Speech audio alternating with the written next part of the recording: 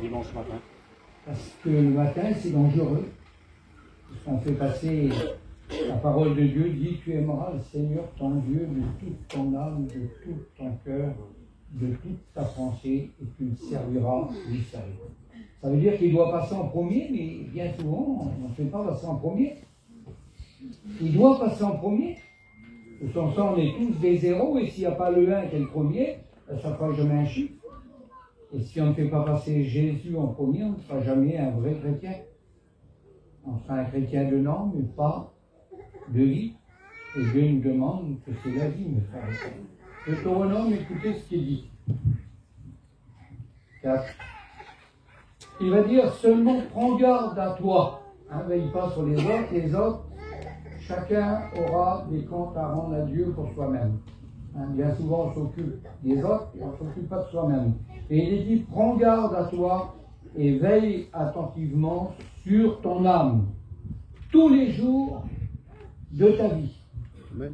Ça ne veut pas dire de temps en temps, parce qu'il y a des chrétiens de temps en temps, mais un chrétien, c'est un chrétien de tout le temps. Moi, j'ai pris la parole de Dieu et puis j'ai dit, Seigneur, si je suis 3 mois en mission, c'est 3 mois de réunion de prière, il faut que je prie. Parce que je sais que la prière me tient debout. Ça, on ne peut pas combattre sans la prière. Alors, on néglige la prière, on néglige la communion, on néglige, comme on néglige la prière, on néglige Jésus. Mais il est là. Et Jésus se plaît dans la louange. Gloire à Dieu. Alors, il faut bien faire attention des avertissements que Jésus nous donne aujourd'hui. Regardez ce qui est écrit dans Luc 24. Jésus a donné des avertissements au peuple, à son peuple.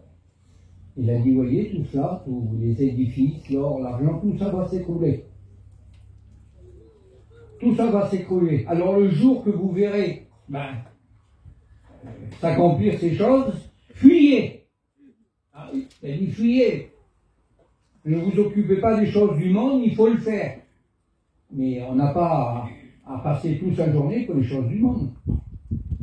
Il faut bien faire attention, c'est les bons conseils que Dieu nous donne pour qu'on ait une foi qui l'attende. On peut inviter Jésus, on a tous invité Jésus, puisque c'est les autres qui en profitent. Il y a dans Luc 10, Marthe avait invité Jésus. Et puis c'est Marie qui profite de toute la bénédiction. Elle est occupée par toutes les choses ménagères. Et comme on est occupé par toutes les choses, il y en a plein de choses. Il faut s'occuper premièrement du royaume de Dieu et de sa justice, et tout nous sera donné par-dessus. Si votre camping n'est pas lavé aujourd'hui, vous lavez le matin. Mais si c'est aujourd'hui que Dieu veut donner une bénédiction, c'est un autre qui la prend.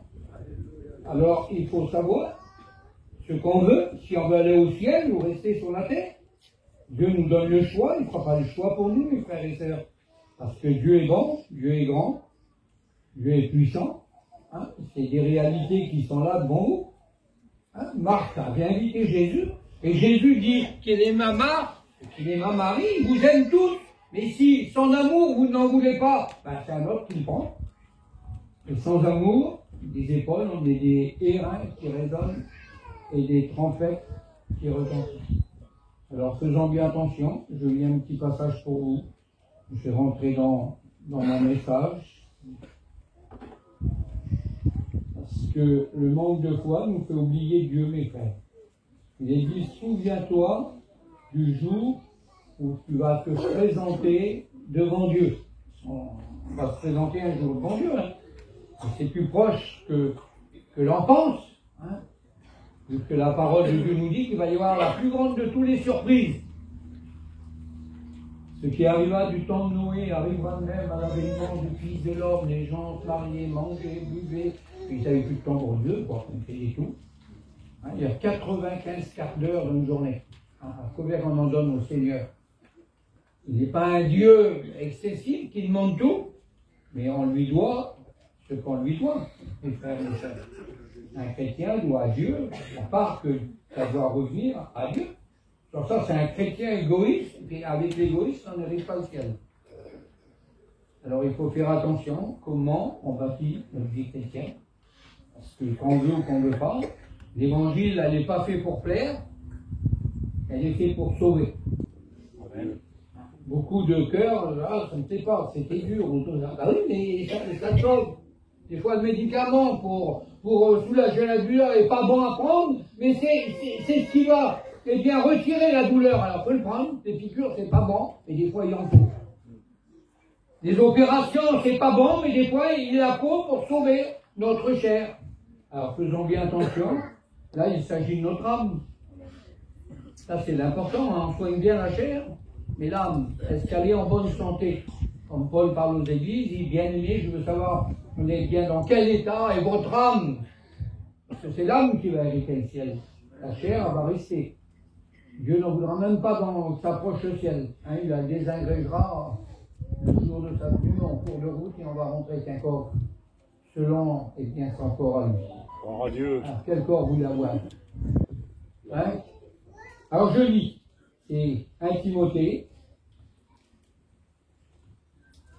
1 et verset 19. On va lire même un petit peu avant. La recommandation que je t'adresse, Timothée. Mon enfant, selon les prophéties faites précédemment à ton sujet, c'est que d'après elles, tu combats le bon combat de la foi en gardant la foi et une bonne conscience. Quelques-uns l'ont perdu et on peut la perdre. Si on est trop négligent, on perd la foi. On perd Jésus. Puis on est un petit peu comme cet homme d'Israël qui a regardé un comportement bizarre. Il y a des chrétiens qui ont des comportements bizarres. Vous voyez un berger avec tout un troupeau de bovines, et puis le berger, il n'était pas devant, il était derrière. Alors, il a été étonné, parce que c'était un chrétien qui connaissait les Écritures. Le berger doit toujours être devant, parce que c'est lui qui connaît. C'est lui qui sait. C'est lui, il entend à l'avance, qui annonce ce qui doit arriver. Et puis là, il est derrière. C'est pas possible. Il dit, il faut que je m'arrête, et il m'a dit pourquoi il est derrière, c'est pas normal. Et il y a des chrétiens qui ont des comportements pas normaux. Un chrétien qui ne prie pas, c'est un comportement pas normal. Un chrétien qui ne vient pas passer un moment pour la misère des autres, c'est des comportements qui ne sont pas normaux. Excusez-moi de vous le dire. Vous allez dire, comme Moïse, mais je suis un bègue et je ne peux pas. Il a 80 ans pourtant. Dieu l'appelle à son service. 80 ans. Alors il avait des mais le pasteur, ça va pas, mais les réunions, ça va pas, la place, ça va pas, vous entendrez des mais. Dieu veut des oui. Je me leverai et j'irai dans la maison de mon Père prier.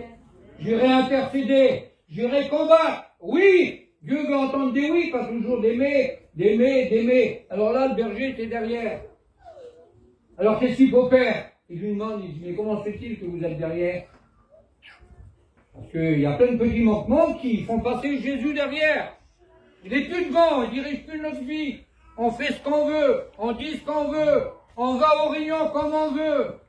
Alors il est derrière, c'est des comportements qui sont un peu bizarres. Il arrête, il dit, comment se fait-il que vous êtes derrière le troupeau? Il dit, moi je suis pas le berger, je suis le boucher. Je cherche celle que je vais prendre, la plus grasse, la plus paresseuse, la plus forte, celle qu'elle traîne toujours, je vais la prendre. Alors, il faut savoir, si on veut mettre Jésus devant nous, il est notre protection, Amen. il est notre bouclier, Amen. il est notre assurance, C'est vrai, il Seigneur. est celui qui résout nos problèmes, ou quand on veut le laisser passer derrière, puis qu'on fait tout nous-mêmes. Je veux pas prier, je veux pas prier, moi. J'ai honte. Ah, vous avez honte, vous. Vous avez honte d'invoquer Jésus. Ben, savez-vous ce que Jésus a fait? Je le dis presque jamais, mais je ne peux pas, des fois, que je parte avant que je le dise. J'ai vécu aussi la honte. Alors, je me garavais dans mon camping. Il n'y avait personne. Alors, je priais le Seigneur, mais il n'y avait pas de chrétien.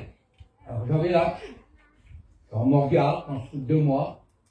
Et d'un seul coup, j'étais à 3 heures de l'après-midi dans mon camping, je passais des longs moments de prière, ma femme n'était même pas convertie, c'était tout le départ. Et Jésus, ce qui est écrit dans la Bible, ça peut arriver à n'importe lequel de mes frères. Ça n'a pas changé, il est là, Jésus. Il nous donne toujours les mêmes bons conseils depuis 2000 ans, on en parlait tout à l'heure un petit peu. La grâce, elle est là, elle veut que tout soit sauvé. Et malheureusement, Dieu il parle d'un petit troupeau de combattants, un petit troupeau d'engagés, un petit troupeau qui est en tête. Et d'un seul coup, vous savez ce qui m'est arrivé? J'étais ravi en esprit, comme Philippe, et Dieu m'a transporté dans une cour, loin, et ils avaient fait tout un cercle autour de moi. Et tout le monde riait, que je priais, moi je ne voyais pas, j'étais transporté en esprit comme Philippe, et Dieu m'a mis dans une cour où il y avait tous les terrains là, qui m'ont regardé, puis tout le monde s'est assemblé. Vous savez, je priais fort, j'étais rempli de l'Esprit de Dieu. Et puis là, ça avait fait un cercle que tout le monde se moquait. Puis Jésus dit, t'as honte de moi? Tu as honte de moi? Devant eux. Regarde elle, c'est une vilaine femme. Regarde lui, c'est un alcoolique, c'est un voleur, c'est un menteur, c'est un trafiqueur. Et t'as honte de moi devant eux? Et là, mes yeux se sont ouverts et dit plus jamais. Alléluia. Plus jamais avoir honte de prier le roi des rois. Amen. Le Seigneur des seigneurs. Amen. Gloire à Dieu. Amen. Alléluia. Oui, mes frères et sœurs. N'ayons jamais honte de témoigner pour Jésus. N'ayons jamais honte d'offrir notre prière à Jésus. Gloire à Dieu. Amen. Alléluia. On a honte de nous-mêmes peut-être parce que il y a des paresses, il y a des manquements, mais jamais de lui. Alors, voilà. Et le Seigneur l'a dit, quand je reviendrai, ouvrai-je la foi. Luc 18. Alors la foi, mes frères et sœurs. On ne peut pas être chrétien sans la foi. C'est pas possible. Parce que la foi, c'est Jésus. Et sans Jésus, on ne rentrera jamais dans le ciel. Et Jésus se nourrit par la foi. Alors il faut qu'il soit, qu'on dise comme Jean-Baptiste, maintenant que je le connais, moi il faut que je diminue, la chair, les désirs, la vie. Mais lui, il faut qu'il grandisse. On va rentrer pas avec des bouts de Jésus. Regardez Marie, pourquoi qu'on dit cette femme-là, tout le monde trouve à dire ça, elle a mis tout. Un parfum, bon là, tout. Elle aurait pu mettre quelques gouttes, asperger. Il y a des chrétiens au compte-gouttes, la petite prière, 1 minute, 2 minutes, puis... Ah oui, mes frères et sœurs, mais il faut faire attention. On vit les derniers temps. On vit les temps où Jésus va venir bientôt. Il n'y a plus aucune prophétie. La seule prophétie, c'est qu'il revient chercher son église. Il faut faire attention. Il faut garder la foi. Il faut combattre pour la garder. Il faut combattre la chair, il faut combattre les mauvais désirs, il faut combattre le temps, il faut combattre des fois. Et bien même nos enfants, lorsqu'il s'agit de Dieu, il faut combattre. On n'a pas été enrôlés comme des vacanciers, mais comme des bons soldats de Jésus-Christ. On est des soldats de Dieu. Le capitaine dit, va, il faut faire la corvée aujourd'hui. Ah moi, je vais au cinéma. Ah oui, mes frères. Il y a la réunion, je vais au restaurant, mais t'as pas le droit. C'est écrit comme ça. Vous n'avez pas le droit de négliger le grand salut de Dieu. Si à vous, il n'a rien coûté. Ça a coûté la vie innocente du Christ. Tous les coupables que nous donne. Alors on n'a pas le droit de faire ce qu'on veut. Il faut bien faire attention, on est des chrétiens. C'est pas des mots des chrétiens. C'est une réalité, c'est vrai.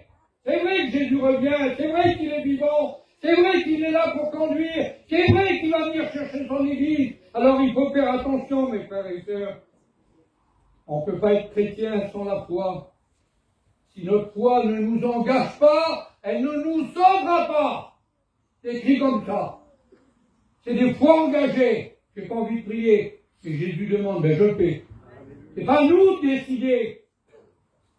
Vous avez donné votre vie, elle ne vous appartient plus. Est-ce que vous l'avez donné? Est-ce qu'il vous a porté? Non. Elle dit, oui, j'accepte de suite dans les bons, dans les mauvais jours. Alors, ça vous appartient plus. lorsqu'on reprend tout, eh bien, on devient des voleurs. Et les voleurs, eh bien, n'entreront pas dans le ciel. Apocalypse 22. Les tricheurs non plus. Les trafiqueurs non plus. Alors il faut faire attention si on veut être dans le ciel. Amen. Je ne sais pas d'où c'est que vous l'êtes, mais moi je veux être près de Jésus. Alors on va avoir, il est écrit comme ça dans la Timothée, ceux qui remplissent leur vie chrétienne convenablement. Ça veut dire, Dieu vous fera pas faire quelque chose au-delà de vos forces. Non, il ne le fera pas. Au moins qu'on ait des vies convenables. Au moins qu'on ait des vies convenables. Parce que nos vies doivent être entretenues par la parole de Dieu. Amen. Il y en a qui sont dans la Bible, ils ne la lisent jamais. Alors, à quoi ça sert? À quoi ça sert de dire je suis un chrétien si je fais toutes les choses de la terre? Un chrétien fait les choses chrétiennes. Ce que Jésus fait, il est notre guide, il est là, que Dieu soit béni. Alors, pour avoir des vies, c'est bien convenable. Hein, on ne vous demande pas de faire au-delà de vos forces, mais une vie convenable. Comme c'est le moment de la prière, ben, je suis à ma réunion de prière. Comme c'est le moment de ma réunion, ben, il n'y a pas de prétexte. Les prétextes, vous pourrez toujours en avoir. Il y a la réunion. Amen. Amen. Eh ben, c'est pas un restaurant, c'est pas à manger avec les copains, c'est pas... Non! Il y a la réunion, je suis à la réunion. Le reste, on peut le faire en semaine, le jour qu'il n'y a pas de réunion. Gloire à Dieu. On pense à Jésus. Amen. Alors je crois que le moment est venu, mes frères et sœurs, de prendre au sérieux les avertissements du Seigneur. Amen. Jérusalem a été averti. Il a été averti. Jésus a dit, voyez, il restera rien, pas de pierre sur pierre. Avec Jérusalem, avec les murs, avec les palais, avec l'or, avec l'argent. Elle a été investie par le général Vespasien. Mais Jésus avait prédit que ça se passerait comme ça. Et tout ce que Dieu dit, ça s'accomplira. C'est pas ce que vous dites, vos idées, vos pensées. C'est pas ça. C'est ce que Dieu dit qui s'accomplira. Amen.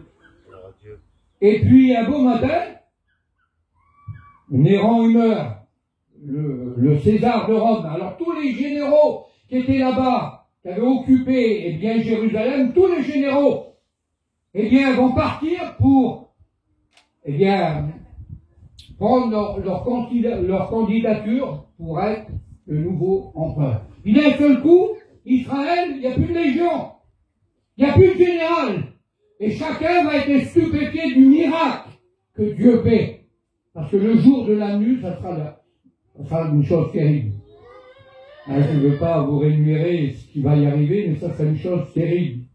Vu que les âmes vont mourir de peur. Alors ça va être quelque chose de terrible. Dieu nous a appelés, pas cela, nous a appelés à être avec lui, où il n'y aura jamais plus de pleurs, plus de larmes, plus de maladies, plus de tristesse. Plus besoin de prier pour nos familles, nos enfants. On sera toujours là-bas. Amen. C'est le choix qu'elle donne. Alors certains vont prendre, eh bien, la parole de Dieu, ils vont la prendre au sérieux. Ils vont fuir dans la montagne de Péla, en Jourdanie, parce que Jésus a dit le jour où vous verrez ça, eh bien, fuyez dans les montagnes, prenez la sécurité, accomplissez ma parole, et une partie de Jérusalem va monter sur la montagne de Péla, aujourd'hui encore, et puis un autre général beaucoup plus méchant, qui s'appelait Titus, va venir. Les autres ont chanté, oui, on est libérés, on peut faire ce qu'on veut, il n'y a plus les Romains, il n'y a plus le général Vespasien. Oui, mais il en vient un autre bien plus terrible. Et il vient des choses bien plus terribles. Alors, sachant discerner les moments que Dieu nous parle, et prenons bien garde aux avertissements que Dieu nous donne. Une partie va être sauvée, et l'autre partie va être détruite. Jérusalem va être détruite, mis en pièces.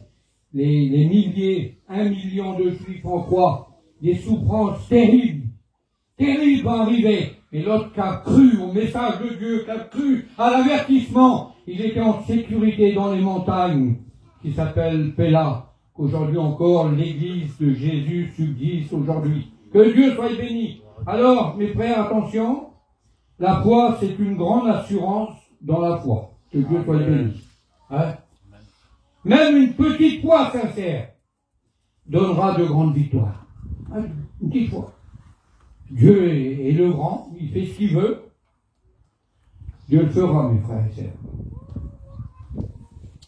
Mais ce qu'on ne peut pas faire, Dieu le fera. Mais ce qu'on peut faire, Dieu ne le fera pas. Il nous a dit de venir prier. Il nous a dit de prier en tout temps. Il faut le faire. Il nous a dit de ne pas prendre 12 heures pour nous et puis 2 minutes pour le Seigneur. Il faut faire. Il faut faire grandir notre prière. Et plus notre prière grandit, plus la foi va prendre la place. Alors, seul Dieu ne fera pas. Il vous a dit, priez, veillez en tout temps pour rester debout. Il y en a trop qui sont assis. Alors il est dit, si vous demeurez dans la foi, sans vous détourner de l'espérance de l'évangile, c'est écrit comme ça, et affermis par la foi qui vous ont été donnés. La foi fera de nous des hommes et des femmes fortes. Pas faibles. Vous savez, il y a des plaintes. Il y en a des plaintes, mes frères et sœurs. Alors qu'est-ce que c'est qui peut freiner la foi, là? Vu que le manque de prière, ça freine la foi. Moins on prie, moins on a la foi. Plus on se plaint. Parce que la foi, le sens contraire, c'est les plaintes. Il faut mieux prier que se plaindre. Lorsque l'on prie, lorsqu'on ne prie pas, on perd des grandes choses, parce que Dieu a plein de choses à nous donner, mais vous ne les prenez pas. Alors, ça fait que vous avez des plaintes.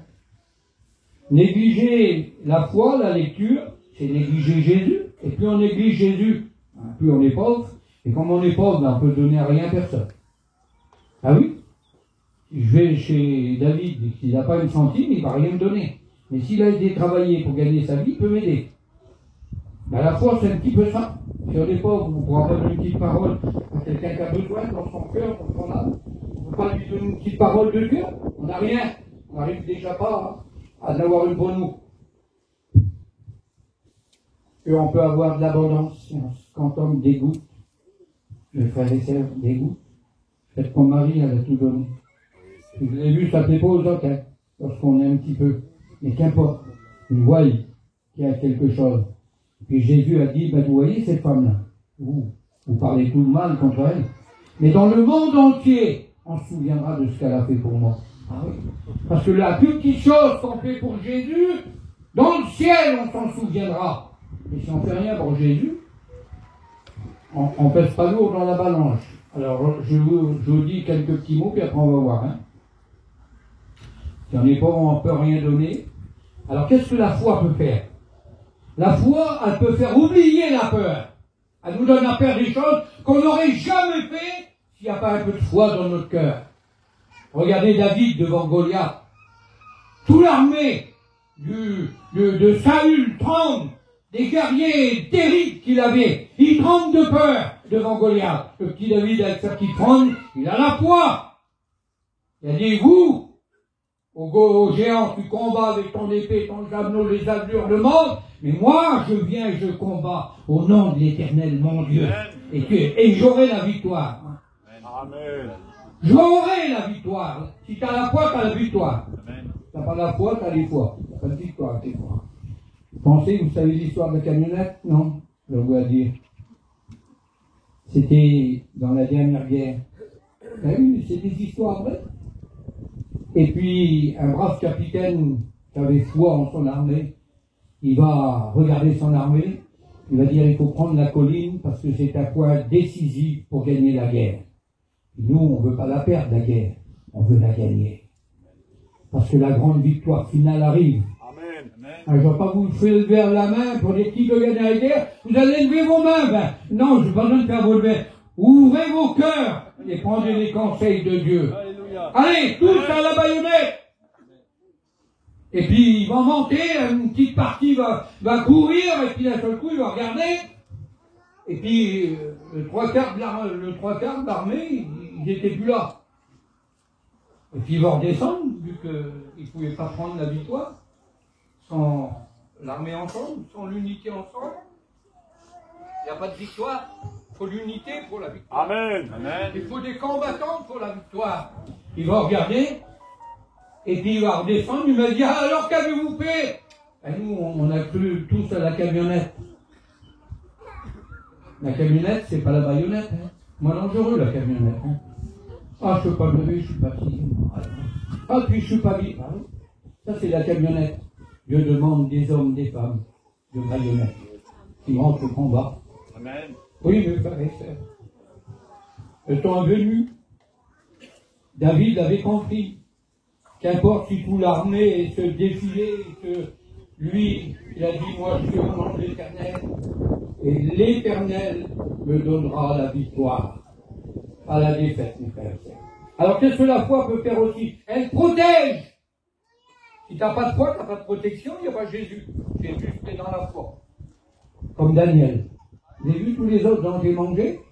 Mais Daniel a été protégé de la gueule des lions. Et combien de fois Jésus vous a protégé? Combien de fois il vous a protégé? Amen. Amen. J'ai compté l'autre fois, 7 fois le Seigneur m'a gardé de la mort. Il m'a protégé. Je devais mourir. Et les derniers, c'était dans un avion en flammes, personne ne s'en réchappe. Tout l'avion était en flammes. Mais Dieu Amen. nous a gardés. Amen. On a prié.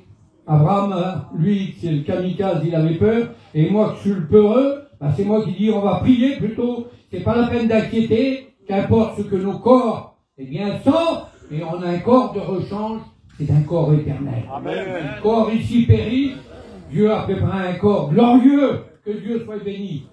Alors on a prié, puis l'avion à l'abri. Le feu ne nous atteindra pas, Isaïe. Les eaux ne nous submergeront pas, on a vécu ça aussi. Toute la ville d'Olomouc était inondée, 3 mètres d'eau, des morts, tout ce qui était dans les champs. Et Dieu nous a gardés. Amen. Oui, ces paroles sont vraies. Il faut les croire, que Dieu soit béni. Alors elle protège. La foi a un langage. Qu'est-ce que c'est le langage de la foi? Ben, c'est le langage que comme il n'y a plus rien à faire, c'est Jésus qui en parle dans Matthieu, Jarus. Tout le monde dit c'est fini, c'est pas la peine, il n'y a plus rien à faire. Eh bien non! Par la foi, vous savez ce que demande Jésus? Il demande à un homme qui passe par la détresse, ne crains pas, mais crois. Amen. La foi, c'est croire ce que Jésus nous a dit. Il vient bientôt nous chercher. Il a dit, eh bien, qu'il faut qu'il trouve son peuple en train de veiller, de prier. Alors il faut le faire. Alléluia. Il va dire aussi, eh bien, à Pierre, toute la nuit, est-ce que la foi, ils vont rien prendre, mais il dit, par la foi, eh bien, je refais la même chose. Si ça vient pas au premier coup, ça viendra au deuxième coup. C'est pas toujours du premier coup qu'on gagne. Ils ont péché, ils n'ont rien pris, mais là, eh bien, ils vont le refaire par la foi, par la parole de Dieu, et puis la paix va être miraculeuse, que Dieu soit béni. Alors regardez, je veux passer vite, je veux pas m'étendre. C'est vrai, on n'a jamais rien à dire, et puis pour finir, je suis comme la crue, hein, il n'a jamais rien à dire. Amen. Mais Bon, c'est beau. bien. Gloire à Que Dieu. soit béni. Amen. Merci Seigneur. Quand Dieu parle, que Dieu soit béni. La Bible, elle n'est pas faite pour la dire, elle est faite pour la vivre. Amen. Dire je suis chrétien, ça ne sauve pas. Et si on vit chrétien, ça sauve. Amen. Gloire à Dieu. Les fondements de la foi, c'est Dieu, qui est le rocher immuable, il ne change jamais. Il a commencé par la foi, il a fini par la foi, que Dieu soit béni. Et nous, on a commencé par la foi, on finit par la foi. C'est un don de Dieu. Il y a la foi qui sauve. On est héritier de Dieu. Après, tout ça, la foi, puis j'ai un néglige, moi. J'ai un néglige. Elle grandit pas, les snags. J'en veux voir aussi ça. La foi n'est pas du vent, les discours, c'est du solide. La foi affronte tous les tempêtes. Que Dieu soit béni. Et qu'est-ce que la foi? La foi, elle aime l'obéissance. Parce qu'elle apporte l'onction. On obéit, il y a l'onction. On a tous reçu un esprit de quoi? Pourquoi que certains disent, oh, j'n'y arrive pas à chanter, j'arrive pas à chanter, j'arrive pas à venir là. Mais non. c'est pas l'esprit de la puissance de la foi, vous devez bien faire attention. Parce que la foi fera de nous des hommes intègres. Pas de méli-mélo, pas de contrefaçon, moi. Au lieu d'avoir 100 euros, 100, je sais pas, 20 euros.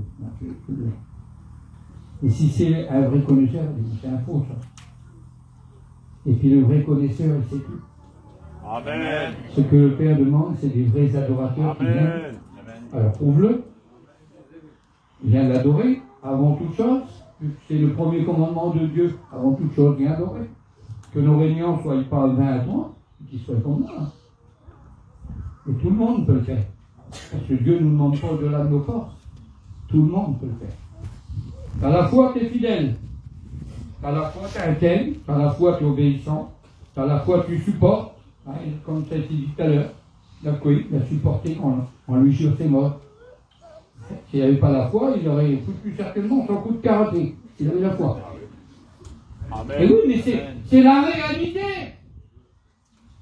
C'est la réalité parce qu'on est toujours dans la chair.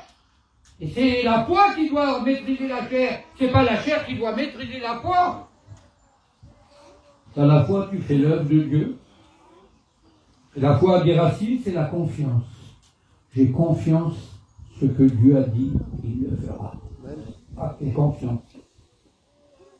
La foi se fie à quelqu'un qu'on ne voit pas. Eh bien, comme Paul, sur le chemin de Damas, il ne connaît pas, il lui dit, qui es-tu, Seigneur? Qui es-tu? Lorsqu'on connaît Jésus, tous les chrétiens du XXe siècle connaissent Jésus. Comprenez-vous? On le connaît, on en parle. Alors, comment on connaît Jésus? Lui, il ne connaissait pas. Il est aveugle. Mais il suit à quelqu'un qui ne connaît pas. Nous, on connaît Jésus, alors on devrait être partout. Où Jésus veut qu'on soit, que Dieu soit béni. C'est ça la foi. Il est aveugle, mais il agit. Il y en a qui voient bien clair et qui ne font rien. Et bien maintenant, à partir de ces moments, il faut faire quelque chose. On ne peut pas rester sans rien faire. Et Jésus l'a dit lorsqu'il a pris les ouvriers. Alors pourquoi restez-vous dans le lit plutôt que venir prier? Il a dit, pourquoi restez-vous sans rien faire tout le jour? Il y a tout l'œuvre de Dieu qui est en place. Pourquoi restez-vous sans rien faire? Levez-vous, il y a plein de travail dans ma vigne. Oui, mes frères et sœurs, il y a plein de travail pour Dieu. Alors on ne peut pas rester sans rien faire. Merci aux frères qui sont engagés dans l'action de Dieu. Merci aux sœurs qui sont engagées dans l'action de Dieu, qui font quelque chose pour Dieu.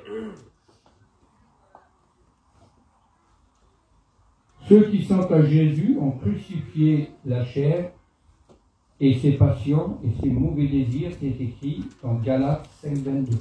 Il crucifie la chair de nous faire dormir. Moi, je me levais parce que Jésus est là. Et comme Jésus est là, je vais être là aussi. Amen. Non? Amen. Vous dites pas Amen? Amen. Parce que Amen, ça veut dire je suis d'accord. C'est vrai. Je vais venir, je vais le faire. En fait, faisons bien attention. Vous savez, la foi, c'est quelque chose d'extraordinaire.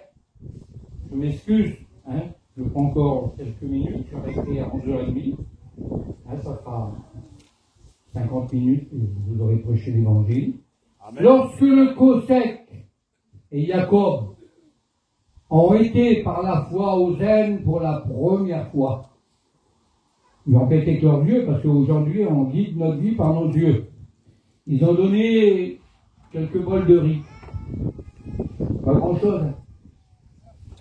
Et le petit peu que vous ferez pour le Seigneur Amen. A une grande importance dans le ciel. Il est dit dans Matthieu, le plus petit d'eau froide, du verre d'eau froide que vous aurez donné au plus petit des miens, c'est à moi. Par tout ce qu'on fait, c'est pour Jésus. Nous avons donné quelques petits bols de riz, et aujourd'hui, des milliers de chrétiens, d'églises, de pasteurs ont prospéré par la foi. Lorsqu'un petit breton est venu avec un vélo dans le pays de Bretagne, alors il est mieux qu'un vélo. Et il ne trouvait le peuple du voyage, le peuple rejeté, Et puis,